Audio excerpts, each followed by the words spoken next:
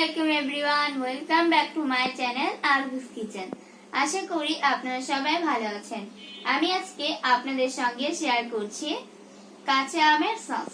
এই sauce snacks এর সাথে খেতে খুব ভালো লাগে।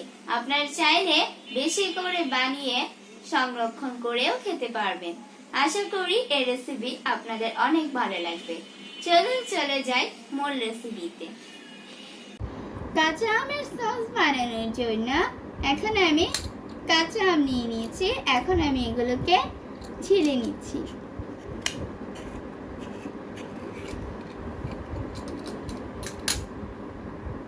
আমগুলোকে ছিলে নিয়েছি, এবারে এগুলোকে কেটে নিব। আমি এখানে আমগুলোকে আটিটা ফেলে দিয়ে এরকম স্লাইস করে কেটে নিয়েছি।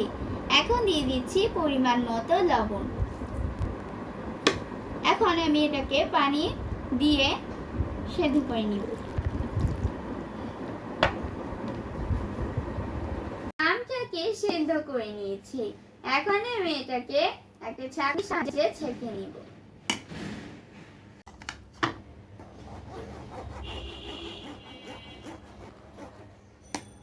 আমগুলোকে ছেঁকে পিউরিটাকে বের করে নিয়েছি। এখন একটি পাতিল নিয়ে নিয়েছি, দিয়ে দিচ্ছি 3 টেবিল চামচ রসুন। এবারে দিয়ে দিচ্ছি 1 চা চামচ আদা কুচি, দিচ্ছি 1 কাপ চিনি, দিচ্ছি 2 চামচ চিলি ফ্লেক্স,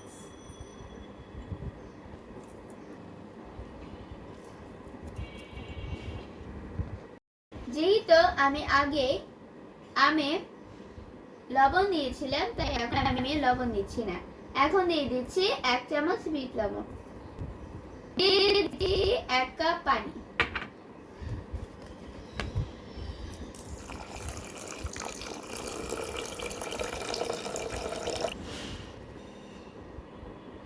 এখন দিয়ে দিচ্ছি কাঁচা আমের পিউরিটা।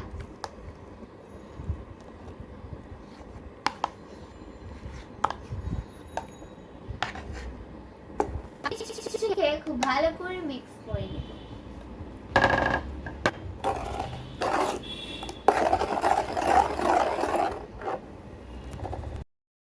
এবারে অ্যাড করছি 2 টেবিল চামচ ভিনেগার বা সাদা সিরকা।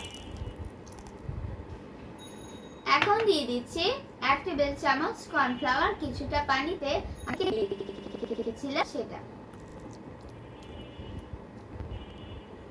কিছু মিশিয়ে চুলায় বসিয়ে দিব।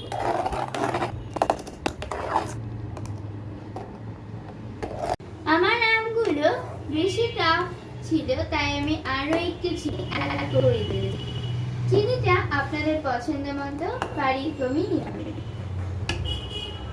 সসটা ফুটে গিয়েছে, যেহেতু এখানে কর্নফ্লাওয়ার দেওয়া ছিল, আমের পিউরিটাও অনেকটা ঘন ছিল, তাই সসটা এইরকমই হবে।